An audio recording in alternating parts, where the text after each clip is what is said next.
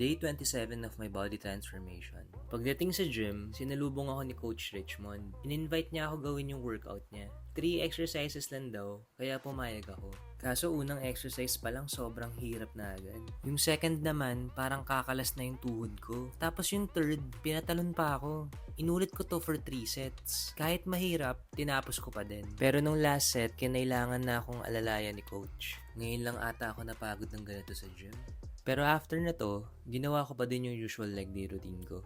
Kahit di ko siya favorite, ginawa ko pa din kasi alam kong ang progress nanggagaling sa paulit-ulit na ginagawa natin. Saka iba din yung saya kapag natapos mo lahat ng nakaplano for that day. After mag-gym, bumili ako ng Vienna sausage. Pero hindi ko sa hagdanan kinain. Pagka-uwi, niluto ko na din agad ito. Siyempre, dinagdagan ko na din ng egg and fried rice. Grabe, ang dami nito. Ang sarap talaga. Sobrang balanse ng lasa kapag pinagsama-sama mo in one bite.